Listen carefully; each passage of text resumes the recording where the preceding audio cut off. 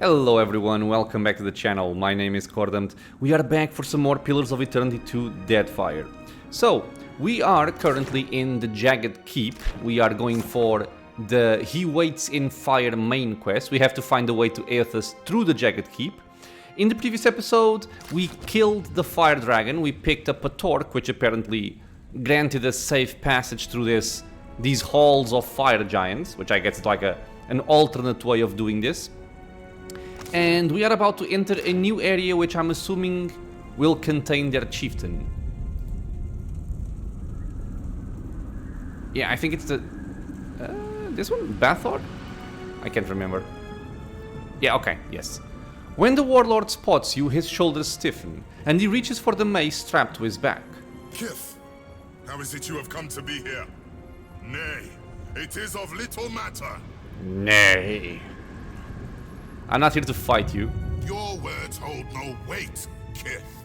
Rathun decide their own battles. His words boom from behind his helm without falter, yet he does not strike. With a raised hand, he signals his warriors to wait. So, since I've been peaceful thus far with the other fire giants, I think I'm gonna try and be peaceful with this one as well. I do like his morning star there.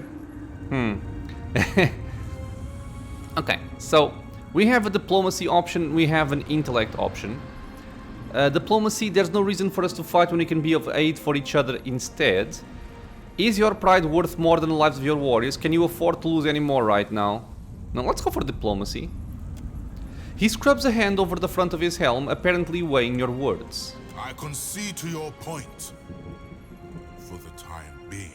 Yeah, okay, so like I said before, I think coming to this quest much later in the game, since we are now at max level, the fights are still going to be challenging because it's scaled up, but in terms of skill checks, it's going to be easier.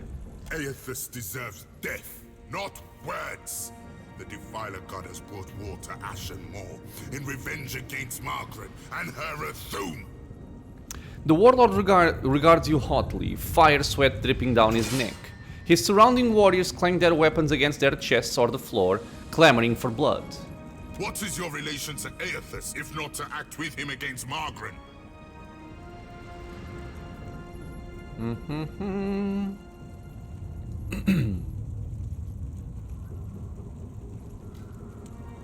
I can say I'm with Berath, I guess. Berath wills that I intervene with Eothas. Mere Kith are seldom agents of such a powerful deity. If you have no plans to defend the Defiler God, then we've no quarrel with you, Kith. Good. We are prepared to assault Eothas at the base of the moor. The warlord gestures to the shrine of Magran behind him. I don't really want to attack Eothas just yet. I still don't know why he's doing this. The shrine will lower us to the sacred Adra pillar, where the embodied god now gluts himself. Let me through. I'll speak with Eothas and convince him to leave this place. Even if I believed you, I cannot do such a thing. Come on, man. He shakes his head, his eyes burn fiercely intent. We guard the sacred depths of the moor. None may freely enter. So what are you saying? Are you not gonna allow me to pass? Thus the shrine lies dormant, locked without the talk of Bethacton. Okay, but I have that. He shoves his shoulders back with pride. Our High Priestess. The Brenthis is the talk's rightful bearer, but she has yet to return to the keep. Yeah, well, I found your Brenthis. She's dead and I have the torque. I'll just say I have the torque. I heard shouts of your triumph preceding you. It would seem you are unparalleled among your kind. And mine. You are without the Brenthis, so I must assume she has returned to the Ever Flame. Okay, the dialogue is making sense thus far, with the exception of this part here. I heard shouts of your triumph because previously he's very aggressive and now he's heard shouts of my triumph, but okay. The markings on his skin dim briefly. What became of the Ancient? Jorda Fairless? Triumph will be nigh impossible without her. Well, she might have fallen down. What makes you think something happened to her? Face beat red, Shoti chokes, pounding on her chest as he struggled for air. Whatever gave you people the idea that dragon would let you ride her? The warlord tilts his head as if considering the true meaning of your companion's reaction. Growing distrustful, he tightens his grip on his mace. You will answer me, Kith, without trickery or lies. I'm not tricking you, dude. He glowers impatient. The dragon is dead. Impossible! A flame as bright as the ancients cannot be so easily extinguished. He shakes his head grimly. I can lie and say that her soul was drained just like the Rathoon who Eothas consumed, but I'm not gonna do that. I killed her. I was a fool for trusting you. Have you any fathom of God the damn. doom you have wrought us? You shall explain, or forthwith perish on the end of my mace. The beast killed the Brentice in your war. I mean, this is true. This is the truest answer, I think. Although this one is also true, but he might not buy this. So yeah, the beast killed the Brentice in your warriors. I avenged them. The ancients attacked them? Yes. Flames rise from the simmering lines in his skin as the warlord takes a deep breath. The dragon could be fierce and unrelenting indeed, but I trusted the Brenthis's power would command the beast. Nope. How disturbing and unfortunate. She would have been a mighty ally against Eothas. We've no choice. Despite the odds, we'll attack without either's strength. No, dude, don't attack. Let me speak to him. He shakes his head, the motion grave. If this is to be our last stand, we must prepare ourselves, either for victory or for sacrifice. Lest Margaret forsake us for our failures. You've earned the right to Fire Shrine with the talk of the Other Flame, but we cannot join you as yet in facing the Defiant. Ah, okay, good. So I have a chance to talk to Eothas before these guys join. That's all that I wanted. What a hateful goddess. Wait, I can see the fury burning in her eyes. What a hateful goddess. Oh, okay, she's looking at the statue of Magran. Massive chains hold the weight of the shrine's conveyable platform. I want to see if I can rob this guy. I doubt that I will be able to do so, but I want to try it. Put this over there. Whoops. Stealth.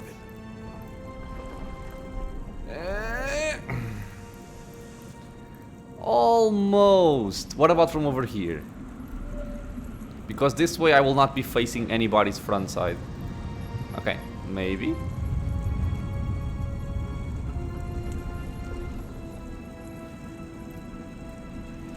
It's... Oh! Okay, it worked. Eh. I kind of wanted his mace, but... not gonna kill him for it. Okay, let's light this thing. You stand before the shrine of Magran, goddess of flame and war. Lifting your eyes, fiery motes begin to streak across your vision as you stare into the imposing cast of her likeness.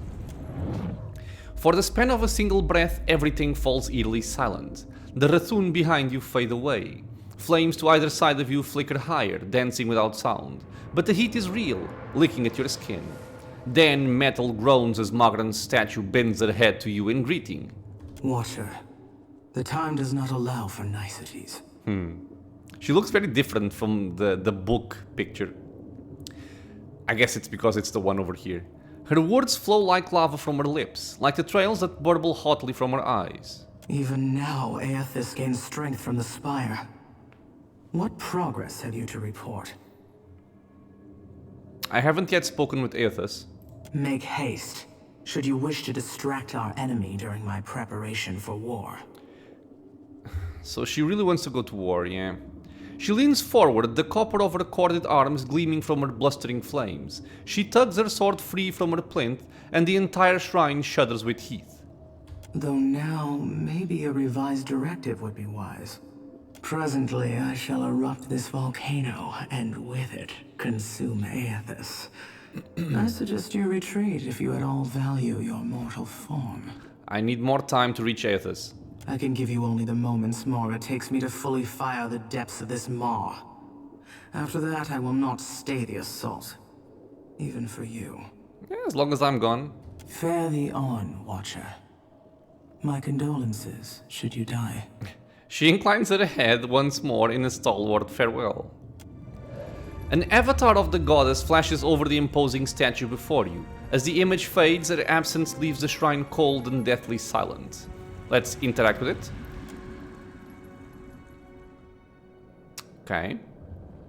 A statue of Magran towers above you. Bloodied and battle-ready, the goddess clutches both sword and shield. At the base of the statue, a rectangular iron-slated altar rests between two unlit braziers. I forget how to pronounce it.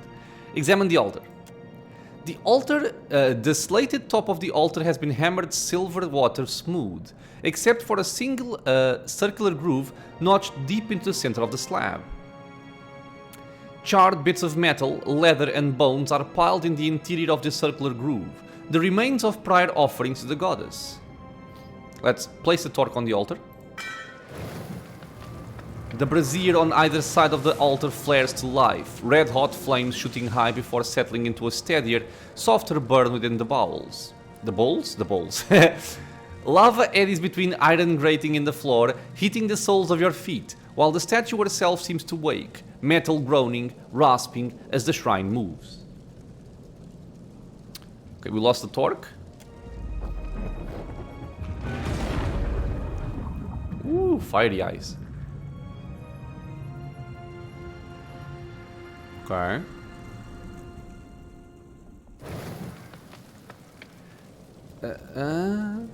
A statue of Magran towers above you, eyes flaming, fists gripping her instruments of war. At the base of the statue, a rectangular, iron-slated altar rests between two blazing braziers. In the center of the altar, the torch of Bithakten brightly burns, an offering to Magran. Descend to the depths of Ashen Maw. With a squeal of metal against metal, the entire floor drops a stomach lurching 5 feet. Chains clang like the toll of a bell as they catch, pounding against the time-worn gears. Then the shrine begins steadily lowering into the maw. As the shrine cranks lower into the maw, Eothas' colossal adra-carved dome, neck and shoulders slowly emerge into view.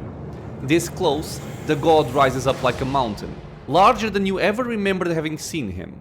Energy vibrates from his massive body, and a cacophony of mutterings and shouts from the souls whirling within it slams into you, nearly knocking you from your feet.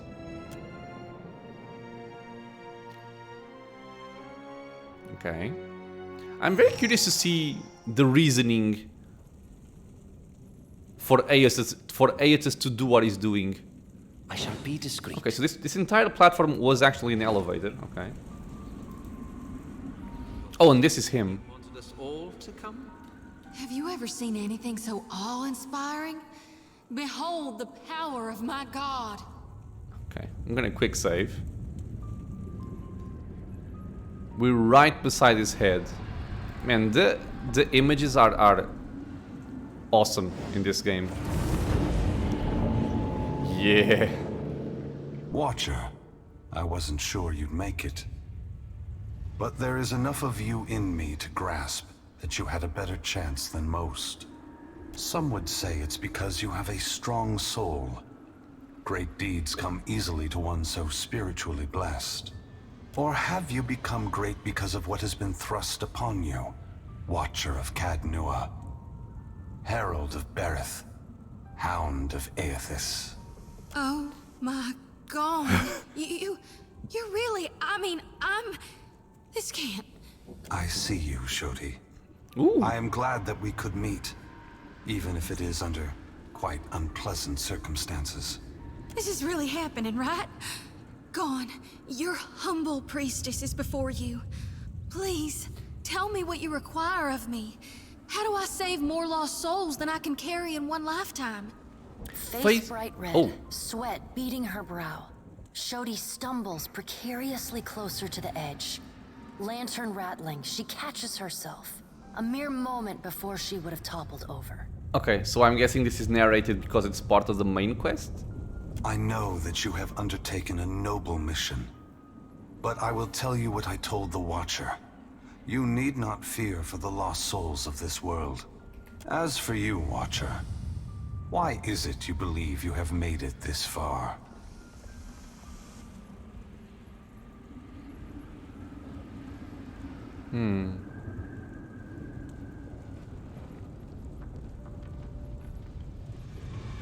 Well, I don't like the first one. I don't like the second one. Too much ego. This one is okay. Don't like this one. Good fortune and good people have carried me the whole way. I'd be nothing without them. Yeah, my companions are important to me. Go for it. As would we all. But you have come a great distance for answers. What would you ask of me, Watcher? Why are you doing this? That we have. And I got a request. Down here. God, look how full my lantern is. I've been harvesting day and night for you, my God. Lantern rattling. Sickle grip Sorry. so tight her knuckles are white. She waves her arms over her head as she shouts. It's a lot of habit. My dear Shodi, I do not mean to diminish your presence here. But this is a question that the Watcher needs to answer. He alone was tasked with pursuing me. The gods have placed him in this fire. It is only right that we speak together now. I need to know why you've come back. You need to know? Or Berith? Or the gods? I need to know, but what else we have? The gods feel you have something catastrophic in mind. After all you've done, I think every creature that lives and breathes on Eothas needs to know. Yeah. And it would seem even she whose presence shakes the heart of this mountain needs to know. Margaret is prepared to take drastic measures to stop you. Margaret fears what I will do, just as she feared what I would do in the Deerwood. But this time, there is no power on Eora or in all of hell to stop me. Understand that what I'm saying is neither a boast nor a challenge. It is the clearest statement of truth I can give you, give Berith, in the hopes of dissuading you from taking actions that may harm others.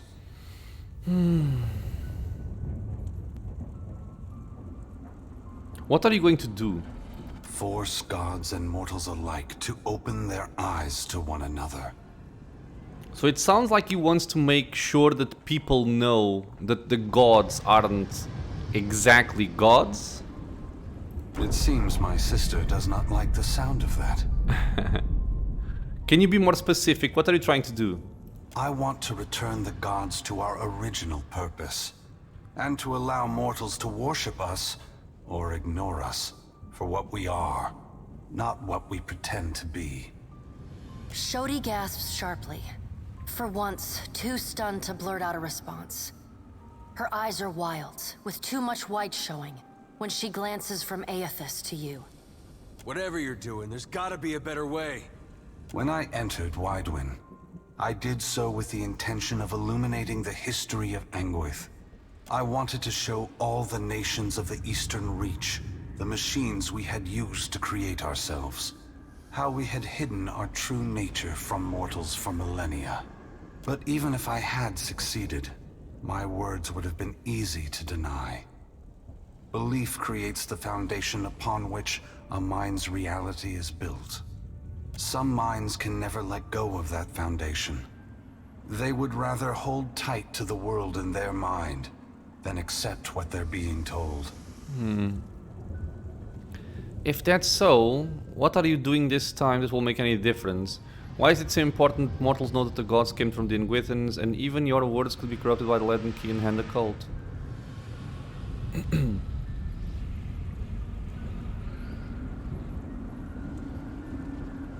I mean, this is also a good question. Why? Why is it so important that, you know, the common mortals know that the gods came from the Inguithans?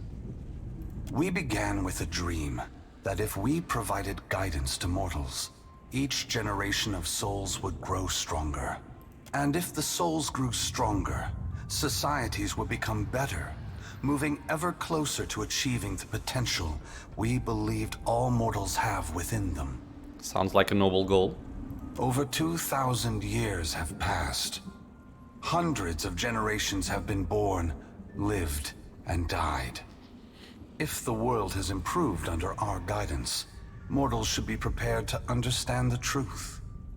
If they have not improved after all of this time, then we have utterly failed in our aims, and there should be a reckoning of our faults. The time has come for a new covenant between gods and mortals. One forged in the light of truth and understanding between our kind. I will leave this place and go to the lost city the Huana call Ukaizo. Okay. It is there that all souls pass through the machines of the gods, where all souls pass into the beyond before beginning their next life. Wait, what? It is there that all souls pass through the machines of the gods, where all souls pass into the beyond before beginning their next life in Ukaizo? Okay, so I'm not completely sure I understand what's going on here, but so his dream, or the god's dream, was to provide guidance to mortals so that each generation of souls would grow stronger.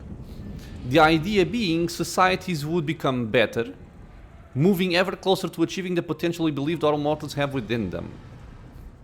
And then he says, 2000 years have passed, so the world should be ready to prepare to understand the truth. But why is it so important? Why is this part so important? If they have not improved at all this time, they may have utterly failed in our aims, and there should be a reckoning of our faults. And as such, he wants to make like a new pact between gods and mortals. One forged in the light of truth and understanding of our kind. Okay. It's still... It seems like a very vague reason. Okay. Oh, Magran, don't do it. When I reach that place, I will find our great machines and tear them to pieces. I will smash the great wheel until the lights of hell all gutter and die. He wants to break the wheel? Why? And when my work is done, I will leave this world forever. More destruction. You're tearing the whole world apart because you can't make peace among yourselves. Adair, there will never be peace among mortals, so long as they are unwittingly manipulated by the gods. I think there will never be peace among mortals, regardless of the gods. The divine enslavement that Woodaka reveres perpetuates ignorance, chaos, and violence across the world. I only wish to destroy the darkness that surrounds the gods, that you may better see us for what we are. What? That's insane. I hope Magran explodes 2 volcanoes on you for good measure. I guess that's one way to get a response. What? You want to destroy the wheel? Both gods and mortals alike rely on the wheel. We depend on it for the souls that give us power. Mortals depend on it for the lives of future generations. Breaking it will force all of us to face the truth. No, because that would mean that the world would end, right? Because if there's no other soul, if all souls die, then everything becomes Hollowborn. We will fail together or move forward together. Either ending is preferable to the cycle we still find ourselves in. Not sure. Unless he has a different alternative to the wheel.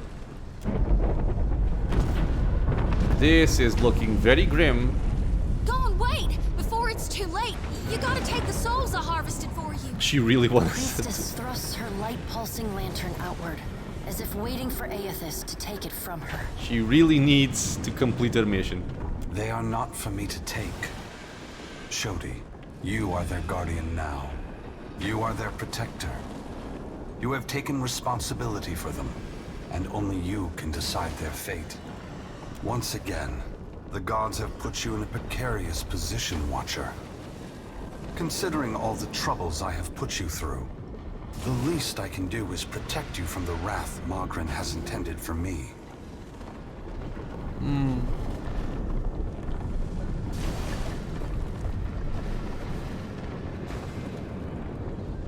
I mean, I think I want the help because otherwise I'll die. I don't like any of the answers though, it's much appreciated. Okay. Don't thank me yet. This will be particularly difficult for you, Watcher. Why? Guys and gals, we are literally being touched by the hand of God right now. I love this Despite character. herself, Shodi squeals. Trembling, she sways on her feet as if she might faint. Hey, Eothas, we're not done here. You and I, we're not finished. Don't think you can just move me aside like all the rest. Maybe you can't be stopped. But on behalf of everyone you've trampled, betrayed, and ignored, I'll be coming to see you again. There's spits. spits. Oh, In the damn it. surging heat, it never reaches the ground. Perhaps we will meet again, Adair. Until then, take care of the Watcher. I do Eothas's love. great hand floats away from the luminous Adra pillar. As it pulls back, for a brief moment you see a golden tether flash into existence between the pillar and the great Titan's back. When the Adra fingers gently cradle you, there is first a sensation of warmth, but it is followed by a harsh splitting of consciousness. Your awareness vacillates erratically between the physical world and the spiritual dimension of Eothas's body. Your soul glides amid the many trapped with Eothas. As your brilliant form passes by them, they call and reach out for help. Below Eothas's body, the volcano erupts. Molten rock rushes over the great Adra body, but does not slow its movement. Rathun rush to higher ground, but cannot outpace the lava, which overwhelms and consumes them as it rises. Your attention returns to the heart of Eothas's body. Deep within the whirling masses of souls, you again sense your own presence, the fragment that was taken from you. This time, you reach out to it as it reaches out to you. You meet somewhere in the great mass of Adra, the rest of the souls fading at the edge of your awareness.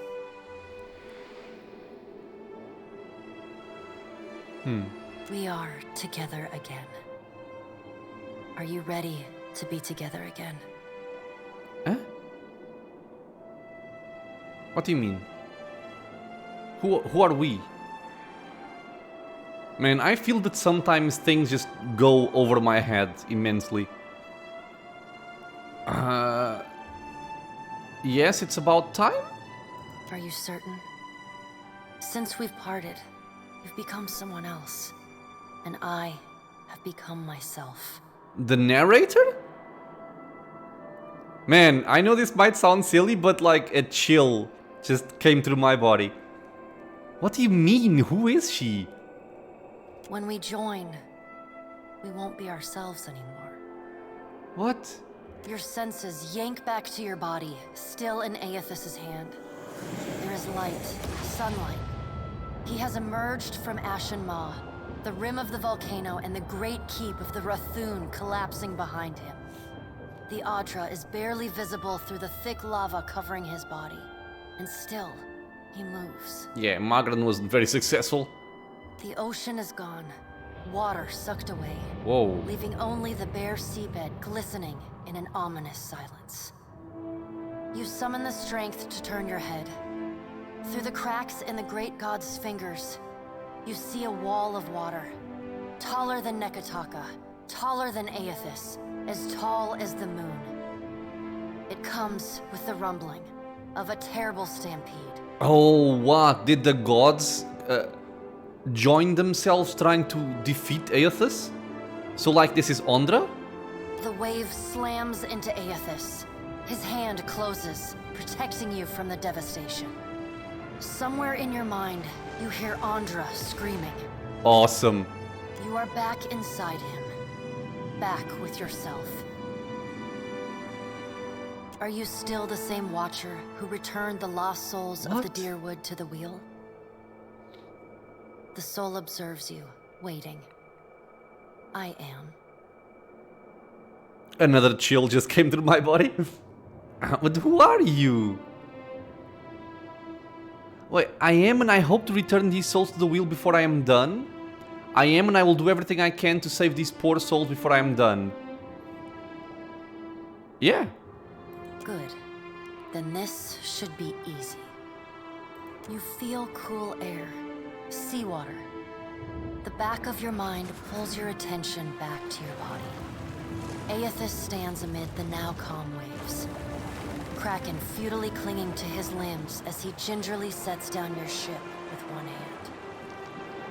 He carefully opens his other, setting your body on the deck. Aww. As your head comes to rest, your vision rocks forward, pulled back into the adra, back to your soul.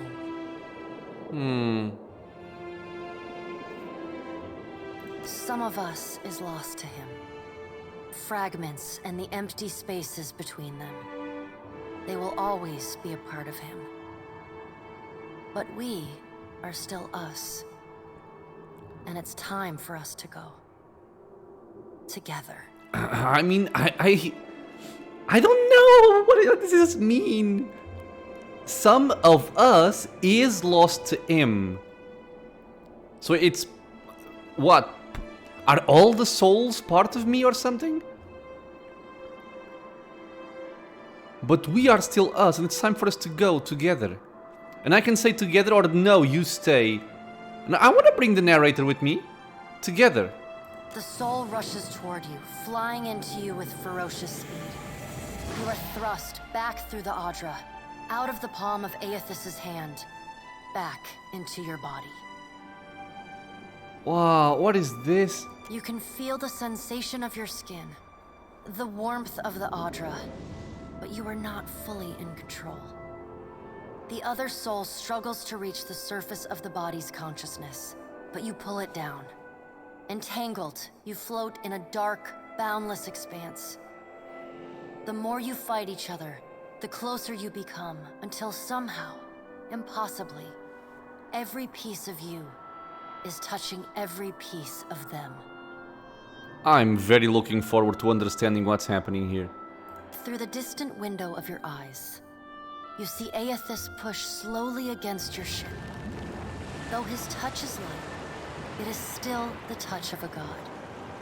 The ship lurches, rapidly tearing across the water southward. His hand pulls away from your ship's wake, his body straightening, towering overhead. The volcanic rock, now cooled and gently steaming, sloughs from his body as he moves. The adra beneath is still immaculate, unmarred. He watches you depart, and you hear a voice in your mind as you sink deeper into the blackness of sleep. Tell them what you have witnessed, Watcher. Tell them what is coming. I'm assuming he's saying about telling the gods? The windows of your eyes retreat into the distance. The fragment of your soul is so close to you in the darkness that you can't tell if its thoughts are separate from your own. So, a fragment of my soul. Eothas is going to Ukaizo? Eothas is going to Ukaizo. Oh, sorry, one. He's going to stop the wheel? He's going to stop the wheel. Eothas is going to Ukaizo. Eothas is going to Ukaizo.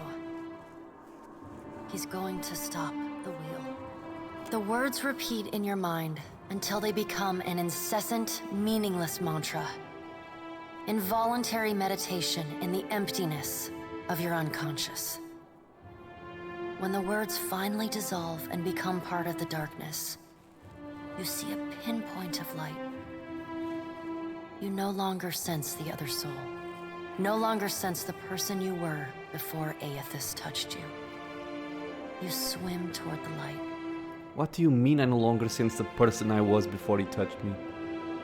As you come closer, the light becomes two blurry spots of radiance. You settle in behind your eyes and feel your lips already moving, mumbling. Around your body you sense familiar scents and sounds, voices raised in shock and alarm. You take control of your mouth, opening it wide and drawing a great breath. I'm going to assume these are my companions on the ship. Explosive confrontation.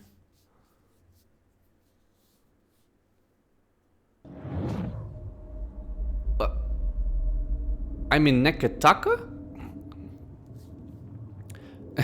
I love Mr. Chunchi and Mr. Piggy. A pounding headache drags you most of the way back to your senses. Your vision blurs and an acrid taste fills your parched mouth. The details of the room slowly come into focus, the sounds of an ongoing debate a distant echo. Are we simply going to wait? What if he never wakes up? Are those frilled collars stuffed in your ears?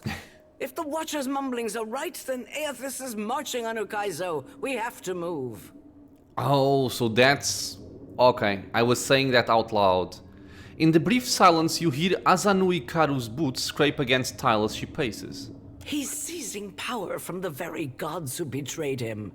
Destroying the wheel to make sure they never come back. She shakes her head and chuckles with grim appreciation. It's a coup, and we have to muster the strength to stop it. The unraveling of Kohopa from Tangaloa is our greatest test from the gods, I say. We must live to deserve the world they make for us. Wait. Onekaza rests her chin on her fist and considers. So one thing I'm thinking, completely unrelated to the story right now. Back when I first saved the water dragon from the Water Shapers Guild, she was upset with me. And just for fun, I attempted to answer her like sarcastically and saying that I don't want to work with her anymore. And then I tried to kill her. I didn't actually kill her, I just shot her twice, just because, and I loaded the game. But now I'm guessing if I had killed her, then the game would have ended. Because this wouldn't happen, I think. The assembled leaders turn their attention away from each other in a prolonged and thoughtful silence, yes, no longer narrated. At last you feel fully present and steady on your feet. The attention of the room shifts to you, filling the void with expectant whispers. Why is everyone here? Ah, you're awake. Welcome back, Watcher. Your arrival in the wake of the eruption at Magrin's Teeth was alarming. I bet. You shared a great deal while you were asleep. We aren't sure what to make of it. You look about as befuddled as I feel, Watcher. Join our talks, I say.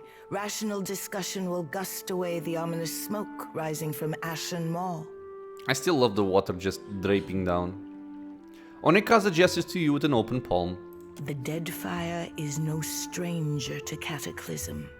We can survive by cleaving to a shared purpose, a greater good, Akira. She looks to each of the envoys in turn. For what else did the gods place us here? We who have ships and resources enough to make a difference. Castal glances around the room at the gathered parties, his brows climbing. What we need is brass. Rawatai has ships and cannons aplenty, but the only way I'm sending them is if... Dude... Oh. Yeah, I heard the door slamming open. He survived an emerging volcano and a giant wave from the gods themselves, and you want to send ships. She breaks off at the boom of a door slamming open. Commotion echoes from the entrance hall. As everyone turns toward the noise, her hand strays to her gun. The sound of approaching footsteps grows in volume as a courier scrambles into the throne room, panting and glistening with sweat. His mouth opens and closes like a fish, gasping desperately for breath. Ships have formed a blockade around Queen's Birth. Their commander demands parley with Serpent's Crown. What? What?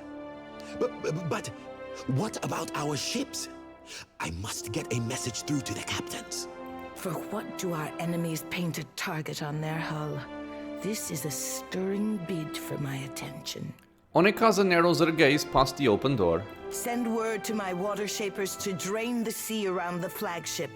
I would parley on better terms than this. Onekaza begins to rise, but the courier speaks up ahead of her. My queen! They fly the colors of pirates! The Principe are... Really?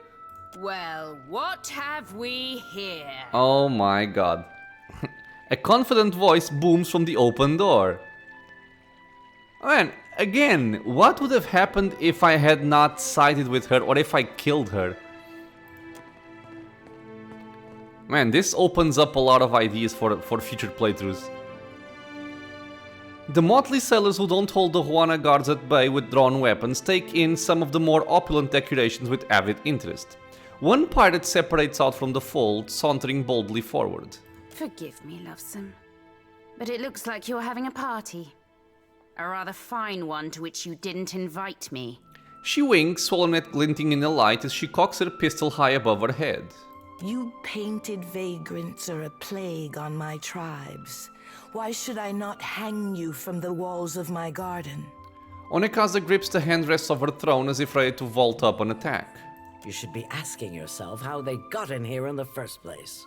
Probably from the Undercroft? She glowers in the direction of the throne. Oh, I do love when they squabble. But I'm here for neither pleasantries nor entertainment. We've bigger fish to fry. Or should I say gods? Oh, they want to ally! A determined-looking guard inches closer to Aldis from the edge of the court. Without looking, the Principe captain swivels her pistol to aim straight at his chest. Now everyone just calm down. I promise we won't fire on you at this time. Unless firstly provoked. That is, until once we've safely absconded from the city back to the high seas. She grins magnanimously. Then all bets are off again, aye? Yes, well, if you have a point, pirate, I suggest you reach it quickly. We're supposed to take a bunch of pirates at their word? She crosses her arms, the wooden hand groaning. Right you are. However... The narrow-eyed look she settles on the room is more than a little bloodthirsty. I'm here because I've got questions, ones that can't wait. And the lovesome Watcher's the only one likely to answer them nicely. Oh, really? Oh, because they also want to reach Ukaizo, right?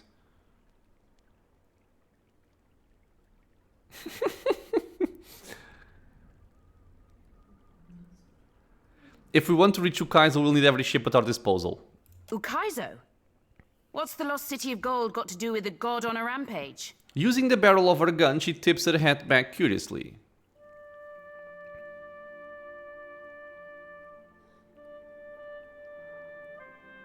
Eothas is going to shatter life and death while the rest of you bicker over land rights. Well, fuck if that doesn't put things into perspective. But what's that even mean in the long run? Folks who die won't be coming back again. Yeah, that's what I'm thinking as well. Their souls will be trapped in the in-between. Maybe not at first, but eventually Eoda will be starved of life. You can't just arrive late and expect me to explain everything. Yeah, maybe not at first, but eventually Eoda will be starved of life. I'm gonna go for this one. They'll be trapped in the in-between. This is all dark and foreboding sounding. But what's it mean for my soul? I mean, I like the idea of pirating throughout the Great Beyond as much as the next gal. But if, say, I got no awareness after I die, does it even matter what happens? That's an excellent question. Ak, of course you have no interest past that of your eyes and your stomach. Let us speak now of what can be done. Must be done. Watcher, you know best of all of us what our options are. Yeah, every cannon in Eoda couldn't slow him down. More answers will become apparent when we land on Ukaizo. Our only hope is to reason with him. Well, maybe there's a way to fight him, but it doesn't seem plausible. I would like to try and reason with him. If he's heading to Ukaizo, then the time for speeches is over. We have to act quickly. Defending Ukaizo is the highest priority. A pensive, focused look sharpens the lines in her face. She scratches her cheek with the fingers of her wooden hand. Our ships are fast and well-equipped. We could sail to the edge of Andra's mortar. See if Eothas' passage opens a way through the storms. She narrows her eyes, watching the others. Of course, finding Ukaizo once we're through is another matter. Okay, I can sense Eothas in Andra's mortar. My soul calls out from inside him. Oh! Okay, that explains it, goddammit. Because he has a piece of my soul in him. Yeah, that's right, I forgot about it. That's the we thing and going together and all that. If you can get me through Andra's mortar, I can take you to Ukaizo. You want to find Ukaizo, it was on his way. I'm on Ukaizo compass. So yeah, I can sense Eothas in Ondra's mortar. My soul calls out from inside him. That's so. You just might be able to save us. She scratches her chin, an eager glimmer in her eyes. We speak of collectively sailing for Ondra's mortar, but this crown will not support any plan that involves a single outsider ship landing on the shores of Ukaizo. You are being very petty. A hush falls across the room as Neketaka makes a proclamation. It is for this moment that the gods test me. Anyone who seeks to cross Ondra's mortar will learn that the gates of Ukaizo are the end of compromise with the Huana.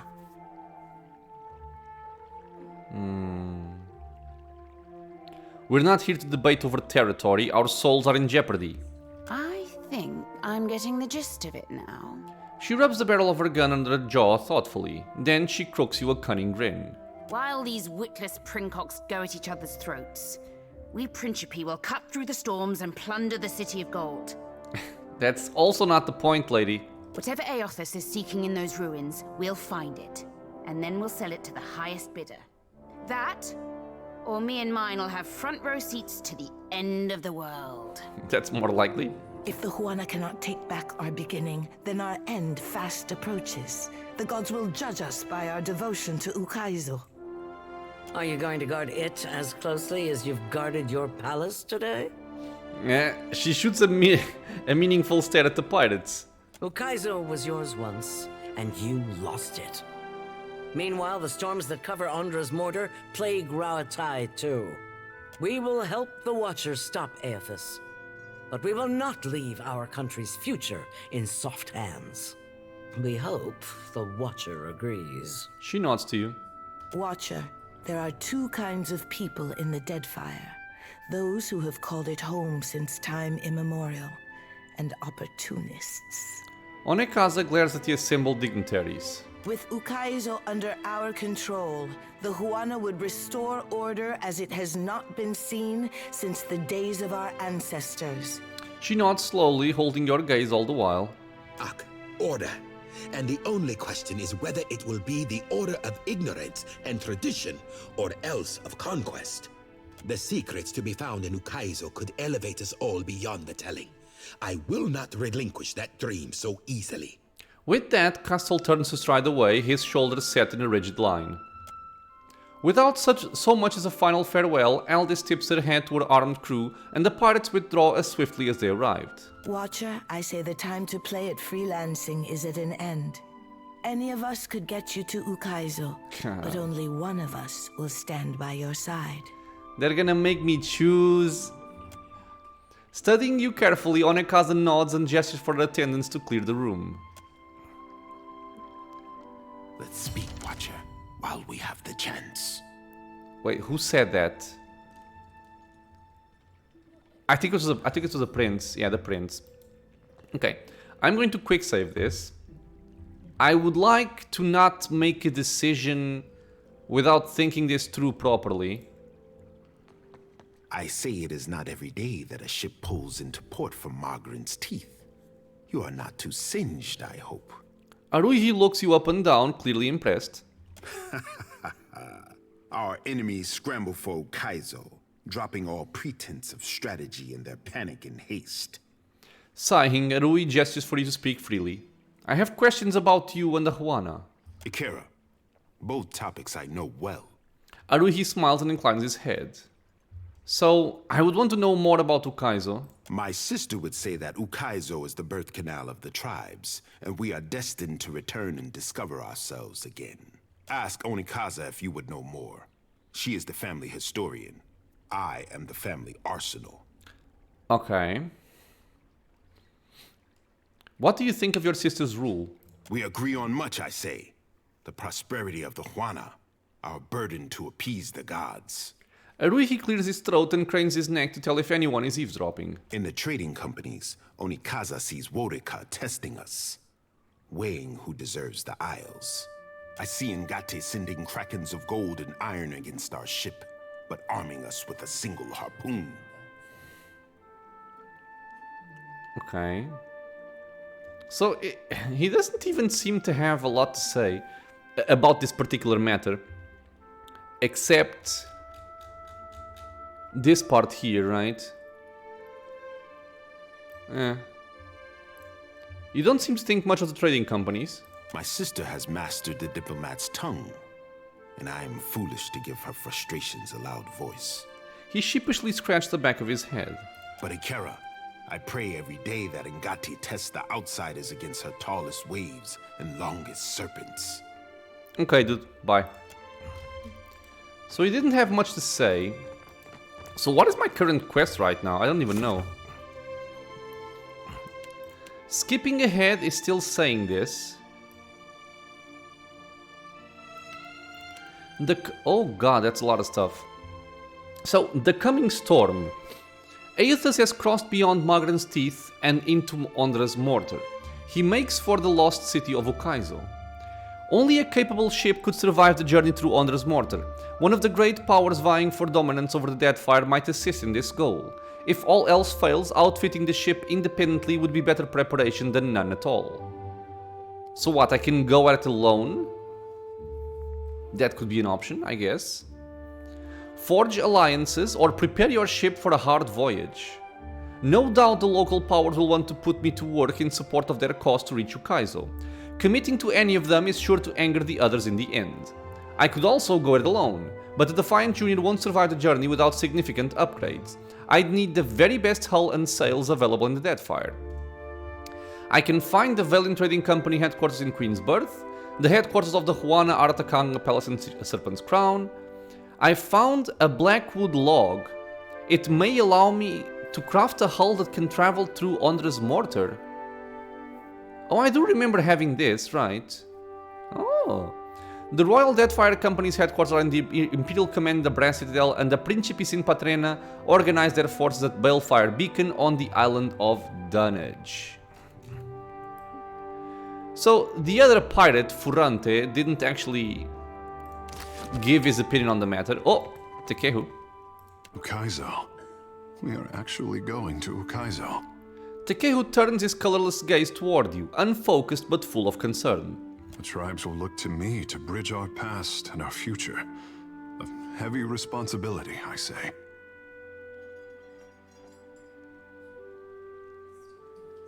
How about what you want? What do I want? Tekehu looks down, repeating the question under his breath. The praise they showered on Ngati's chosen. Until now, it all seemed an empty gesture. Never a promise that I could fulfill.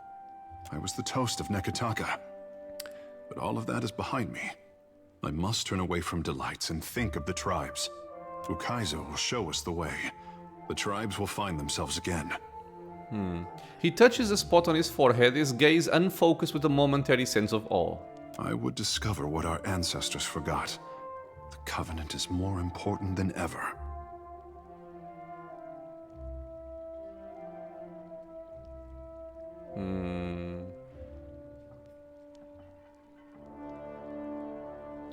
I mean,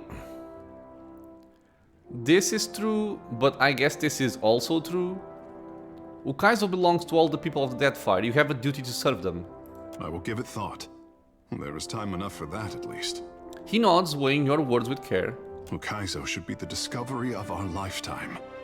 With the trading companies and the Principe ready to descend on each other, I wish the island had kept its secrets a while longer. He lets out a weary sigh. The world around you darkens, and once again you feel an insistent tug for your attention. The pull centering from Tekehu's soul. This is gonna be Ondra. It pains me to see my boy so conflicted. Questions tear at his heart, and the ache reaches me even here. Ondra props her jaw on her fist and regards you coolly. If you continue to encourage him, his life will grow more complicated. He will be the savior his people want. Someone to drag their past into the present. She shrugs as if the distinction is nothing to her. Empires have fallen since I favored the Huana with power and wisdom. How they wield it is their choice. Just see that my boy comes to no harm. Before you have a chance to react, Ondra claps her hands, and your surroundings assert themselves once more. There is much to consider, and little time to decide our course. I fear that we will see the path before us before we are ready to walk it. Let's be off. Oh, this changed. Mercy for the Lost. Upgraded from simple. Yeah, this was the one we had. One per rest. Foe AoE distracted. 70 health restored and also making everybody fit. Okay, nothing special, but cool, I guess. So, wait, I have the Blackwood log. So that would give me a powerful hull, but I don't have the sails, right? Yes, of course. Because honestly, I'm thinking about going at this alone. I'm not sure, because I don't like taking sides, especially when everything is so gray here. The only side that I know... the only side that I know that I do not want to take is the Principe, and... I'm not so sure about the Valians. I guess they aren't too bad, but the Huana and the Rawatayans are very strange. Okay, let's see what Wodika has to say. You open Wodika's book, but the goddess does not appear. Oh? You stand alone in a void of ashes and drifting embers. Okay, I'm guessing this is because I slighted her the last time. Okay, well, screw you, bitch. I am not interested in you anyway. But they're still out there. Will no one help me? Perhaps in a day or two. Prince Haruihi enjoys wild tales. Wait, were you always here? Captain Tarek Lofel. Well now, if there were any man here worthy of a grand reception. The guards here will not listen. Will you, sir? Depends. Myself? I am no lord save upon the deck of my ship. And she is lost. What's the matter? I lost my crew. All but myself and the bosun, yet nobody will listen. Not the Queen, nor the trading companies. Too busy waging war upon each other to pay mind to a rudderless captain. Another random thought that I just had while seeing his sword here and thinking... Honestly, I probably should have just killed all of the Rathun back in Magran's Maw. Because they died anyway. I could have taken the loot. Oh well. They don't understand. It's not just me. What lies out there, it'll swallow us all up if it isn't stopped. What do you mean? It were unnatural. The Antelope were a fine ship, and we sailed her out east, out of Kahanga waters and into the great wet country. Bright sky and a good wind, until the fog came. Yeah, I still haven't gotten any progression regarding this quest of the of the ghost ship. Maybe it's because I killed Iser? I don't know. We were boarded before we knew it. Men, things like men that howled like demons. They cut down half my crew, took the rest. Gods forgive me, but if I'd stayed to look on, I'd never have made it to the launch. But we saw it. After the fog cleared and the ship was gone, a spit of land, bristling with the wreckage of other unfortunates. A finer crew I'll not find than that which served upon the Antelope. All dragged into the fog, like the gods plucked them off the deck. That's terrible, I'm sorry. Aye. I'll not forget it so long as I live. I am a landlocked wretch with no ship and no crew. But you are a captain of bold repute, and the day may come you sail out to that same isle, with beached ships all around. You have listened well. Here. Oh. Go you now prepared. And should you ever come upon my crew, do what you can for them. Maybe this is the quest for the sails or something? Huh. It's just a quest. A peculiar captain by the name of Lofel claims to have come across a dire threat far to the southeast of Neketaka, a threat that stole away the crew of his ship, the Antelope. Lofel spoke of an island surrounded by shipwrecks, the apparent source of whatever it was that attacked his ship and stole away his crew. He seemed to think it would be a threat to any captains in the region and a lethal challenge to the inexperienced. Whole nother level. Sounds like fun. What did you have, lady? Oh, she had stones. And also this. Okay. Well, yeah, we do have to end the episode, so I guess we're gonna call it here. What I'm thinking is I might rest to recuperate some of our per rest abilities that we used. Yeah. Also some of the empower points, although those are not very important. You should have this, by the way. Ah, and something that I... Okay, I remembered. After a very long time, but I remembered. Okay. Jesus Christ. What was I saying? What I'm thinking is I might just go about and do my resting routine as usual, which means resting in the wild mare, getting the poetry recited, or maybe just also exploring other, what should I call them without calling them prostitutes? I don't know, but maybe exploring other prostitutes and see what kind of bonuses they give, you know, besides Analysis Boon. Go to the Luminous Bathhouse, maybe even the starting rest might be better in a different inn rather than using the Wild Mare, although I do like the one at the Wild Mare. It gives me more casts of Slicken, the boss killer. I also have to go back to the Island of the Witch to get my alchemical buffs as well, and then we'll see. So that's kind of a time-consuming process. I might just spare you all from it. But we'll see. We'll see. In the next episode, I'll decide if I want to start by doing that or if I want to start doing something different. In any case, we are progressing our main quest. I guess we got another side quest now. Maybe this guy has been here for a very long time and I just didn't notice. Completely possible. So I will take care of this quest first, and only then will I go to continue the coming storm. Might also stop by the Animancers to see if they're, you know, if they finished recalibrating anything. As for the coming storm and the sides to pick, so our options are going to be the Valians, the Juana, the Rauataians, and the Principes in Patrena. So I know the Principi I will not consider. I don't want them. But between these three, it's tough, man. They all have valid reasons to want to, you know, progress. So I might take a Witcher approach here and just go neutral.